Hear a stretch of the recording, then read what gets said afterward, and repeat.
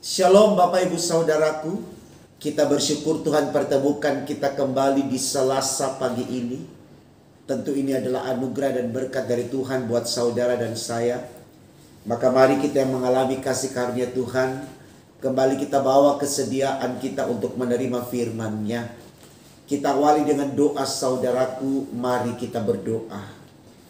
Tuhan Yesus yang baik, kami datang menyatakan syukur kami kepadamu. Karena dari waktu ke waktu Engkau tidak pernah meninggalkan kami.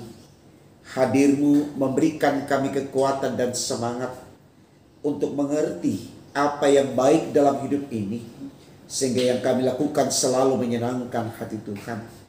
Kami mohon Tuhan jangan tinggalkan kami, dan biarlah firman-Mu di pagi ini kami semakin disemangati untuk memperlakukan kehidupan yang baik dan yang benar seperti yang Engkau inginkan.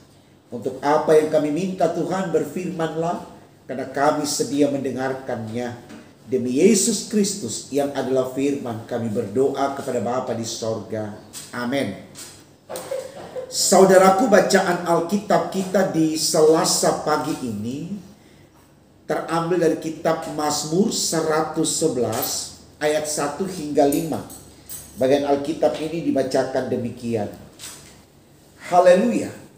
Aku mau bersyukur kepada Tuhan dengan segenap hati dalam lingkungan orang-orang benar dan dalam jemaah. Besar perbuatan-perbuatan Tuhan, layak diselidiki oleh semua orang yang menyukainya. Agung dan bersemarak pekerjaannya, dan keadilannya tetap untuk selamanya.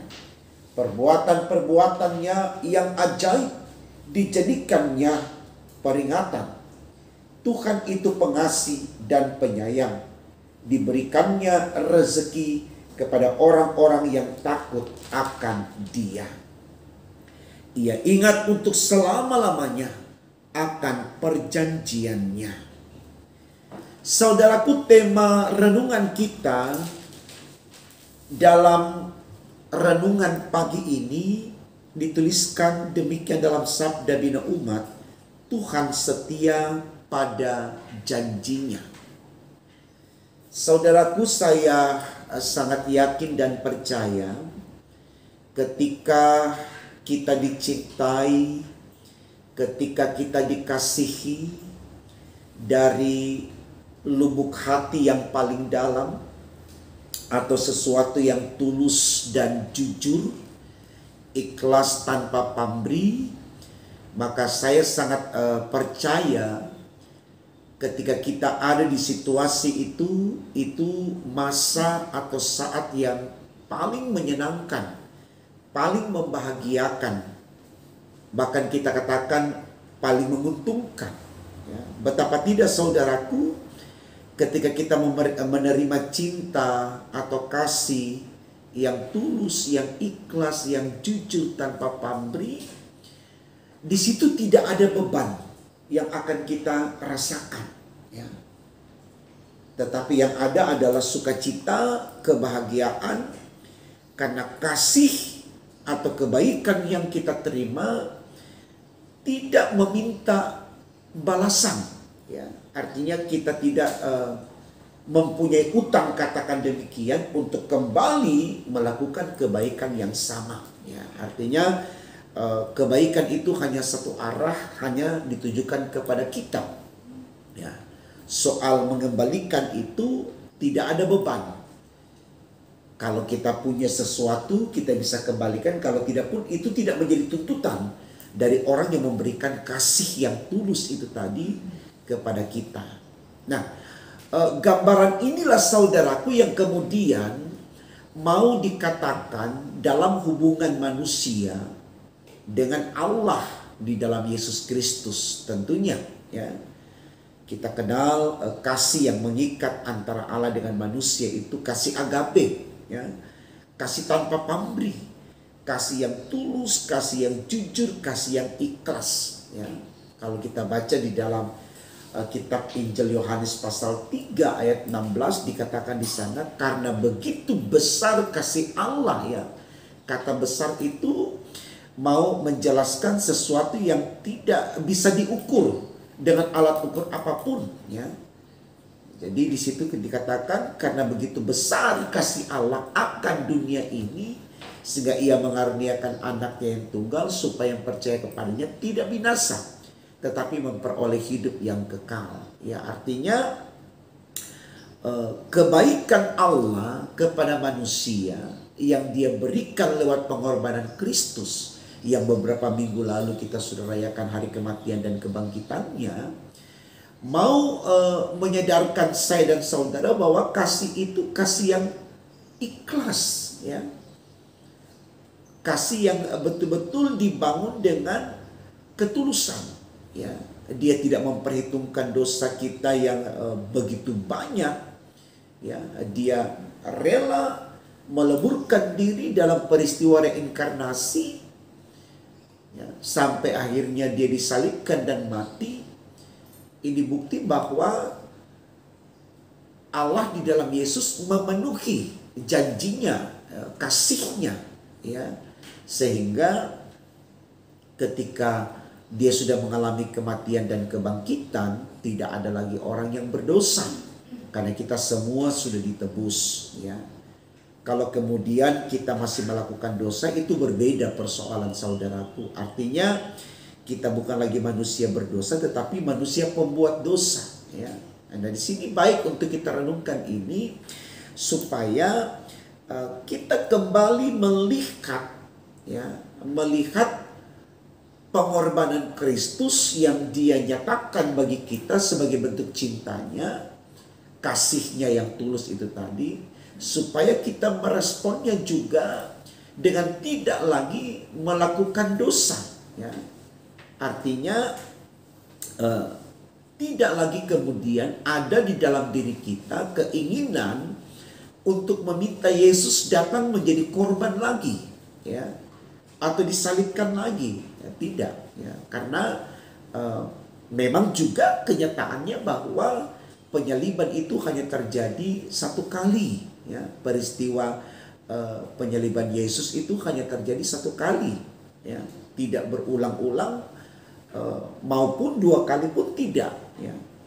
Karena kedatangan Tuhan yang kedua kali itu dijelaskan kepada saya dan saudara, Dia datang sebagai hakim untuk mengadili manusia, ya. Jadi yang setia di dalam mensyukuri kasih karunia Allah akan dibawa oleh Tuhan kepada kehidupan yang kekal, tetapi yang merespon kasih Allah yang besar itu tadi dengan hasrat kedagingan, dengan hidup dalam dunia yang cenderung terbius dengan kenikmatan dunia, maka tentu dia akan kehilangan kasih karunia itu, ya. Jadi ini baik, saudaraku, yang mau kita pahami di sini, supaya kita belajar kembali lagi, belajar memperlengkapi diri kita untuk menjadi orang-orang yang berhikmat, orang-orang yang beriman, ya. Satu hal, saudaraku, yang perlu kita tahu di sini, Allah yang kita imani dalam Yesus itu adalah Allah yang pengasih. Dia sangat setia dalam kasihnya, ya. Artinya kalaupun sampai hari ini ternyata kita belum merespon, ya, tolong digarisbawahi kata sampai hari ini, ya, ternyata kita belum merespon secara total, secara penuh kasihnya dengan baik, artinya masih ada dosa yang kita lakukan. Maka hari ini, ya, Tuhan berkenan mengampuni dosa kita dengan catatan langkah kehidupan selanjutnya adalah sebuah refleksi hidup yang betul-betul menunjukkan bahwa kita sudah bertobat, bahwa kita sudah merubah diri dari kebiasaan duniawi menjadi orang-orang yang benar-benar hidup dengan iman di dalam Yesus Kristus, ya. Artinya di sini, saudaraku, jangan kita pahami karena khotbah kita berkata Tuhan setia pada janjinya, seakan-akan mau berbicara kepada kita, wah sudahlah, artinya kita bikin dosa hari ini, kita mohon ampun, diampuni. Besok kita bikin dosa, lalu kemudian kita mohon ampun, lalu diampuni. Ya, jangan kita pahami seperti itu saudaraku. Ya, karena ada firman yang berkata bahwa temuilah Tuhan sepanjang ia masih mau ditemui. Artinya ada saat di mana Tuhan sudah tidak mau lagi ditemui. Ya puji Tuhan, saya katakan tadi, kalau sampai hari ini kita masih berbuat dosa, kita bersyukur. Karena lewat firman ini kita diajak bertobat di sini. Tapi jangan kita ulang. Artinya di sini Tuhan masih mau bertemu dengan kita. Dia menyapa kita lewat firman di pagi ini. Tapi tidak kemudian apakah besok Tuhan masih memberikan waktu bagi kita untuk disapa olehnya? Kita tidak bisa menjawab itu saudaraku. Artinya supaya kita tidak mengulur-ngulur waktu. Besok kan ada lagi waktu di mana Tuhan bertemu dengan kita. Kita tidak bisa tahu itu saudaraku. Itu rahasia Tuhan. Itu otoritas Tuhan. Untuk menambahkan langkah kita 1 detik pun itu dalam kewenangan Tuhan. Bukan dalam keinginan kita. Tuhan, saya mau tambah 5 detik hidup saya. Saya mau tambah 10 detik atau 1 menit atau 1 jam atau 1 hari. Kita tidak punya kewenangan untuk itu. Meminta boleh, tapi pada akhirnya Tuhan yang menentukan. Bukan permintaan kita itu yang menentukan maunya kita, tidak. Tuhan yang menentukan. Makanya Ayub bilang dalam pasal 1 ayatnya yang ke-21, Tuhan yang memberi, Tuhan yang mengambil, itu adalah kewenangan Tuhan. Ya. Jadi kalimat dalam tema kita Tuhan setia pada janjinya itu berlaku hari ini. Hari ini artinya kita tidak tahu apakah besok kita masih mengalami janji Tuhan. Ya. Artinya apakah besok kita masih bisa berjumpa dengan Tuhan, karena kita tidak tahu. Dalam jam-jam yang kita lewati hari ini menuju ke besok, kita tidak tahu apa yang terjadi pada kita, gitu loh. Jangan sampai kita berharap jumpa dengan Tuhan besok, ternyata hari ini kita berhenti ya, dalam keadaan di mana kita tidak siap berjumpa dengan Tuhan karena kita masih melakukan dosa. Kita masih menjadi orang-orang yang memberontak. Ya puji Tuhan kalau besok kita masih bisa memohon ampun atas dosa-dosa kita kepada Allah. Ya, ini baik saudaraku untuk kita renungkan supaya kita tidak selalu berpikir bahwa kita ada di setiap waktu. Ya, karena memang kenyataannya manusia itu terbatas. Ya, untuk mengakhiri hidupnya dalam dunia ini, dia tidak tunggu sakit dulu, dia tidak tunggu mengalami musibah dulu. Dalam keadaan sehat, lagi happy sekalipun, kalau Tuhan bilang berhenti sampai di situ, ya sampai di situ waktu kita, gitu ya. Jadi itu ada dalam kewenangan Tuhan. Makanya berulang-ulang beberapa khotbah yang saya sampaikan di renungan pagi, saya katakan, ya ini yang coba diimani oleh Paulus, ya. Makanya dalam Filipi pasal 1 ayat 22 dia katakan, jikalau aku harus hidup, aku harus memberi buah. Kata buah di sini menunjukkan kesediaan Paulus setiap waktu sepanjang dia bernafas dia melakukan kebaikan, gitu. Ya, jadi tidak ada ruang bagi Paulus untuk memanfaatkan kesempatan membelokkan firman Allah menurut keinginannya, tidak. Karena dia tahu, ya, dia sadar betul apakah besok dia masih bisa berjumpa dengan Tuhan atau tidak, ya, karena itu rahasia Tuhan. Jadi mari saudaraku kita pahami ini supaya kita terus prepare diri kita. Kita terus benahi, bangun semangat kita dengan iman supaya tidak ada celah yang bisa menjeruskan kita untuk terjebak di dalam hal-hal yang nista, ya. Itu khotbah kita pada hari Minggu kemarin, ya. Tema khotbah kita Esa dalam karyanya. Kata Esa itu sifatnya penuh, ya, total, menyeluruh. Esa itu tidak ada ruang yang kosong yang menunjukkan sesuatu yang tidak berarti, ya. Jadi dan Esa itu menunjuk kepada Allah, dan Allah mau kita ini adalah gambarnya selalu berjuang dan berusaha untuk memiliki kesempurnaan sebagai ciptaan.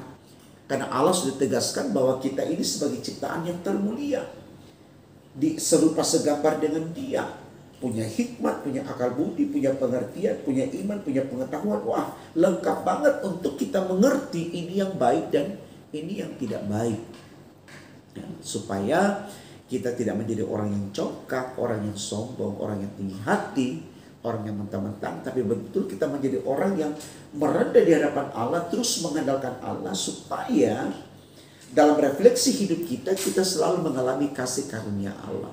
Jadi saya pikir ini baik sekali saudara-saudaraku, ya, untuk kemudian kita pahami, ya, kita pahami supaya kita mulai tahu bahwa pada waktu kini di sini Tuhan sangat mengasihi kita, sehingga Dia panggil kita untuk bertobat. Ya. Jadi jangan kita mengulur waktu lagi. Tuhan maaf, hari ini belum bisa deh kayaknya. Ya, besok aja ya, ya sah-sah saja. Ini hak Bapak Ibu. Tapi pertanyaan kembali lagi, apakah kita ada di hari esok? Ya. Kita boleh meminta dengan teriak sekalipun kalau Tuhan bilang tidak. Dan kita tidak tahu jawaban Tuhan, saudaraku. Kita tidak tahu. Apakah dia akan jawab bilang, oh iya hari besok saya masih mau ketemu kamu. Atau bilang, oh tidak, saya tidak mau ketemu lagi kamu di hari esok. Kita tidak tahu. Karena peristiwa itu terjadi tanpa kita sangka-sangka, tanpa kita duga-duga, tanpa kita minta. Dia semua bisa terjadi dalam kewenangan dan otoritas Tuhan. Ya, jadi saudara-saudaraku, mari kita melihat realitas ini dengan iman supaya kita sungguh-sungguh menjalani hidup kita. Ya, di tengah kelebihan kekurangan kita, kita berjuang dengan sekuat tenaga untuk tidak lalai dan untuk tidak gagal melakukan apa yang Tuhan inginkan. Karena sekali lagi firman Tuhan sudah katakan, temuilah Tuhan sepanjang ia masih mau ditemui. Artinya ada masa di mana Tuhan sudah tidak mau ditemui. Dan puji Tuhan hari ini Tuhan masih mau berjumpa dengan saudara dan saya. Mari kita maknai perjumpaan kita dengan Tuhan hari ini betul-betul dengan mengalami kasih karunia-Nya yang akan menuntun kita hari esok, lusa dan seterusnya tetap dalam ketaatan kepada Tuhan.